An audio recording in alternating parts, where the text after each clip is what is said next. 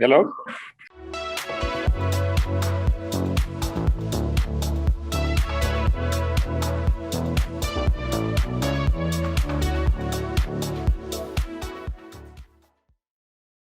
Hello, everyone, and welcome to today's Bicycle and Pedestrian Active Transportation Subcommittee meeting. I'd like to call the September 21st, 2021 meeting to order. Sean Lupton-Smith here from the Electric Bike Company. I'm the owner and founder here of Electric Bike Company. We actually build our own bikes. We get our parts from about 17 different countries around the world, and we build our bikes to the customer's design. They design it online, then we paint all the parts, assemble it, test it, inspect it, and ship it to the customers fully built.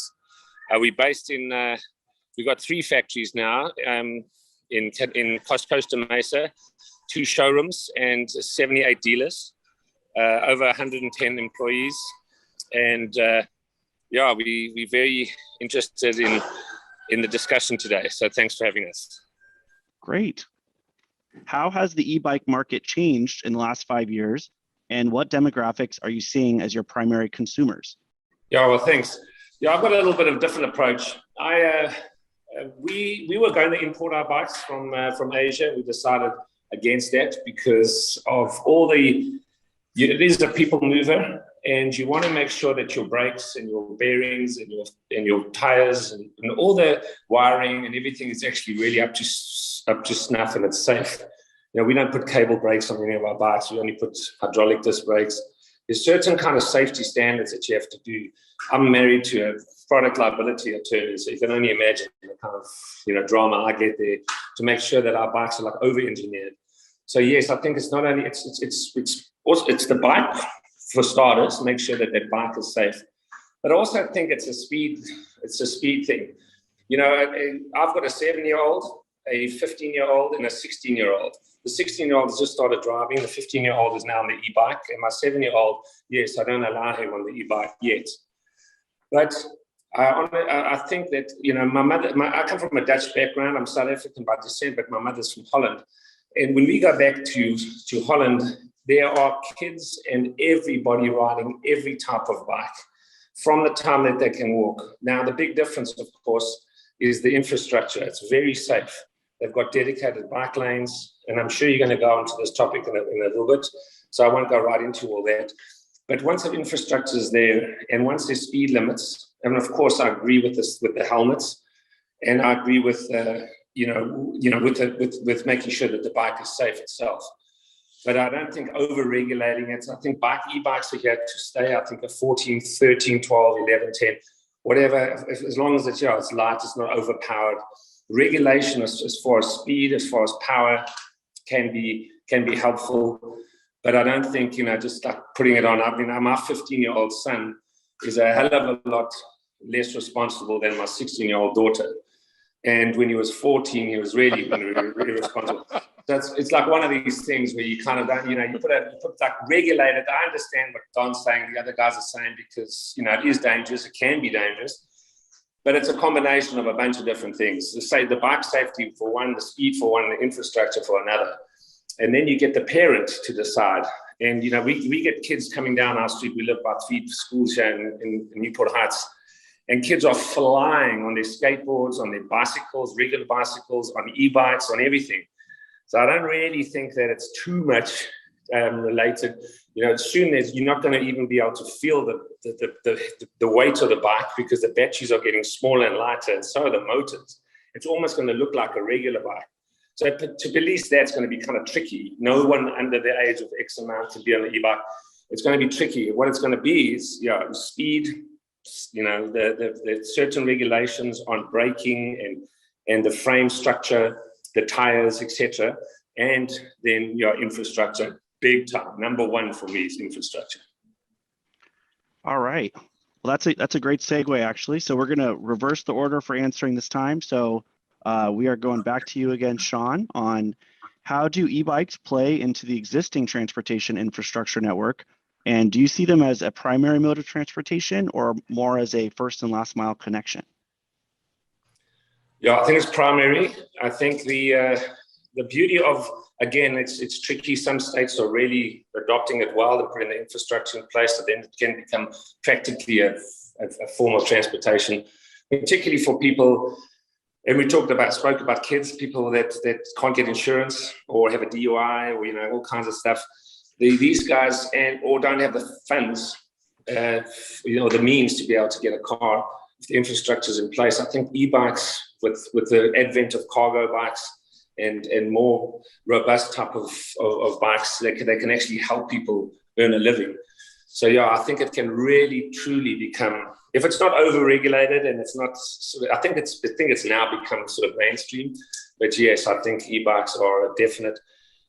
Just one thing again on Holland, 90% of all bikes bought by females are e-bikes in Holland. So that's like, you don't want to kind of restrict it. Guys don't mind, pushing that extra effort in the workout. But women typically go to the grocery store. They typically go pick up the kids.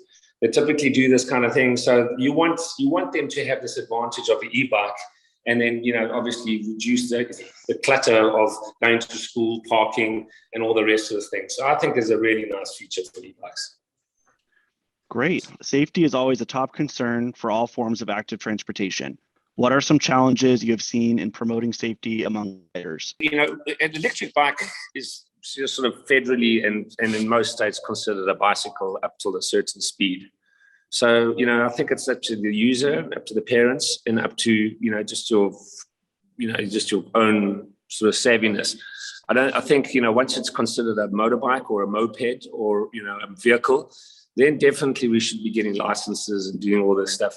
Yes, the manufacturer has an added bonus. It can add training and you can get sort of license stickers and all that kind of stuff once it gets over a certain speed. Now, am I in 100% agreement that 28 miles an hour is still considered a bicycle with a throttle? I'm not really sure. Quite frankly, I think it could be lower.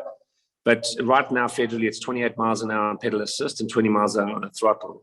I would say that it's 20 miles an hour throttle, 20 miles an hour pedal assist. Anything over and above that, you need a license, registration, and insurance, and a helmet, and all the rest of the stuff, and proper gear. And you can't be, going with flip flops on and all the kinds of different things. Definitely not texting and driving, and you can, no DUIs. People are riding bikes, down to the pub. Quite frankly, I'm a little bit guilty of that too. Is on a Friday night, you think, I'm just going to take my bike down and meet my friends, and you come back, and it's our safety concerns there too. It actually is. But, I would still like to see a regulation that electric bikes under a certain power structure and speed structure are considered bicycles, and they're not very well regulated, because as soon as you get into the regulation thing, it just becomes so burdensome for everybody. And I think it's actually going to hurt the industry. It's such a great product, an electric bike. And it offers people from your young age all the way up to really older age that have got diabetes and overweight and injuries and just older and have to carry cargo. It's such a good thing. So I think over-regulating it, we have to be a little dicey. We have to be a little bit tricky about that. But our big philosophy has always been like made it four things: is safety, reliability, longevity, and maintenance. And maintenance is a big thing. Often people get these bikes, particularly sort of the lower end bikes. All the guys on this panel, I've got a lot of respect for their bikes.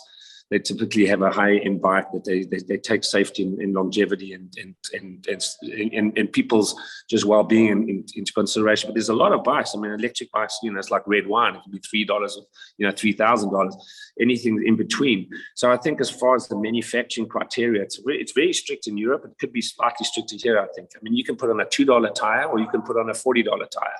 Your brakes are the same thing. You got these brakes that'll just basically, you're almost going to put your foot on the tire to stop the bike. So I think there's some manufacturers standards that should be enforced a little bit, just as far as making sure we're not just getting a piece of absolute junk, and not regulated too much, but at least it's still on the bicycle spectrum. And then when you've got these, when you've got reliability, is obviously important. People are going further and you want the lights to come on, and you want to make sure that the guy, it's reliable, it doesn't get into speed wobble, and his bearings are pretty good, and he's maintaining his bike to a certain extent. But also those are sort of personal decisions people should need to make. But I think when we've got a good infrastructure and got support for the industry, a lot more people are going to, be able to afford to go to the shop and to maintain their bikes. So making sure that the infrastructure includes, it'd be kind of fun to have the charging ports, but then make sure that the parking is really good, because that can become a real it can hamper the progress of what I think this committee is doing. You look at everything and they're all saying, oh my goodness, where are these guys going to park their bikes? Because it's becoming quite a big deal. I can carry on, but I'll stop there. Perfect. Thank you. No, that's great. What can public agencies in Orange County do to promote and facilitate the use of e-bikes, both for commuting and recreation? Well, I don't really understand the question too much, but I'll just quickly, just for the sake of time, I think if it's a public, what would the officials do, or what can people help with? I think it is that. I think it's enforcing speed. I think it's making sure that they have the infrastructure, that we have the other parking, that there is convenient charging ports, and that there's an awareness. Somewhere along the line is campaigns where the awareness is like what the other guests were saying here, the distraction on the cell phone and the AirPods and all that bicycling is, some of these lanes, going to and from school particularly, I'm flabbergasted myself personally that a first world country like this does not have an infrastructure for schools. Like, why are there double lanes going into a school and coming out of a school? That you can just have one-way traffic, one for the cars and one for the bicycles, the skateboards, the pedestrians and everything. And it can be done overnight. I know that it's a difficult thing for the residents, but have one-way streets going into schools and one-way going out. I think that those immediate those immediate steps can be taken. In the mornings and the evenings, the sun setting, people are going to work, make sure that the one-way streets are going the different way. But it's all that. If the city could actually help with that, or if that's answering the right question, I think that's an immediate, speed limit and infrastructure. That's great. Thank you. Thank you. And to close us out, Sean, future of e-bikes in Orange County. Yeah, well, I think it's bright, really bright. I think it's unbelievable. I think it's almost underestimated how phenomenal a electric bike can be. It's just so affordable, and it can offer so much for societies. In fact, one of the programs that I do is we've got an electric bicycle company as well. So electric bike and electric bicycle company. Electric bicycle company actually work with these guys called wastepreneurs, where we put a motor and a battery on a cart where they go around and they recycle waste. There's no waste trucks that go anymore. Now these guys do that. And then what you do is you take that same motor and same battery and you put it on their regular bicycle and turns into bicycles. So they get mobilized so that it's prosperity through mobility.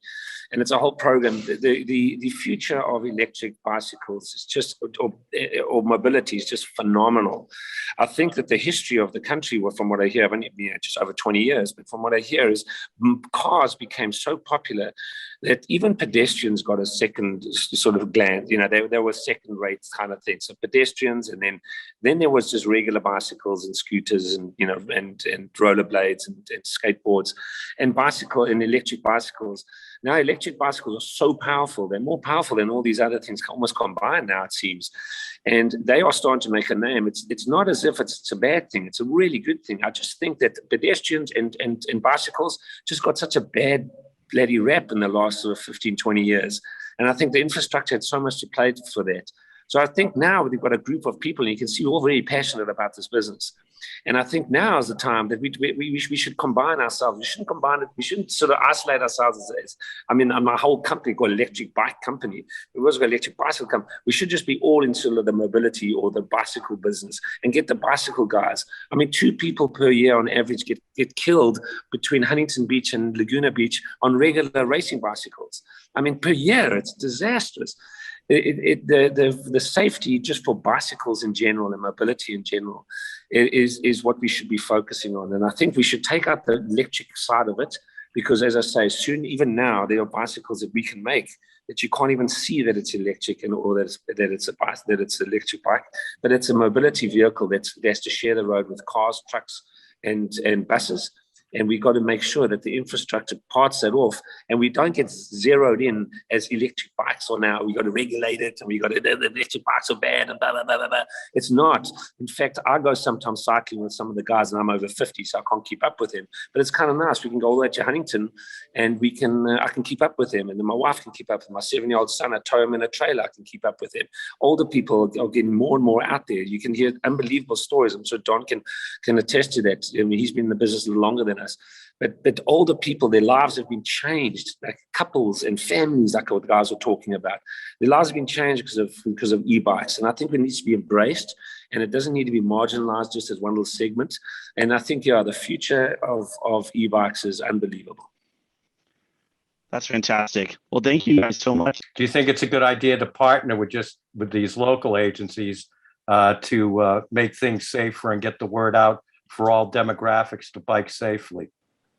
Floor is open. Yeah, I might just jump in there. I think, it's a tricky thing to once you start getting too many regulators into the business, obviously I'm kind of on the fence about that.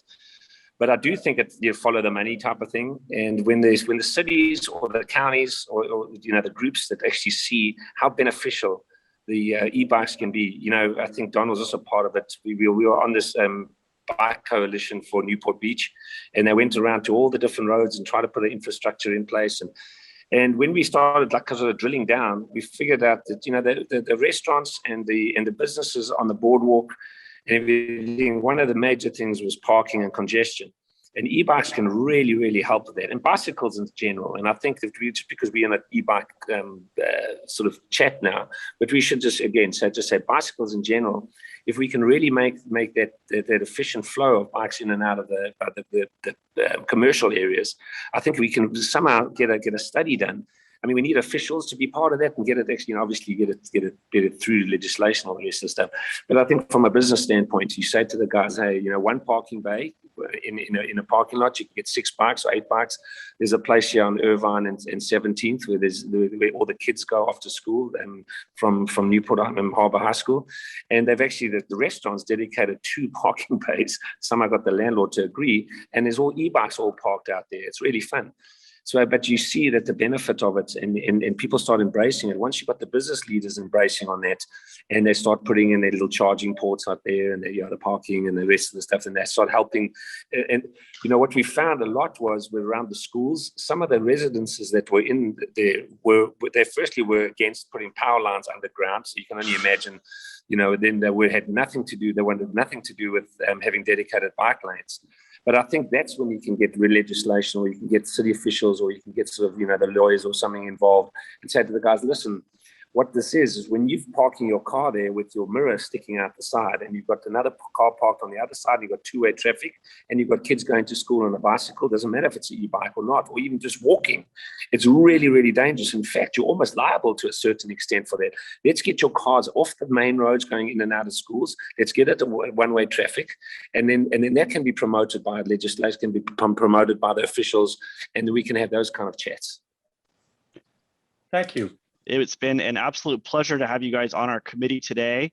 OCTA is constantly working to, go after grants to expand our active transportation network and build expanding bikeways. So I'm sure we'll have the opportunity to work with you all in the future. Thank you guys so much for taking the time to be on here today. Thanks for having us. Thanks for having us. You. Thank you. Yeah, thank you so much.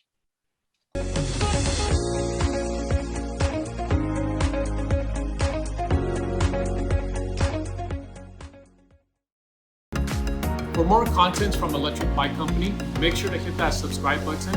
And if you enjoyed this video, make sure to hit that like button.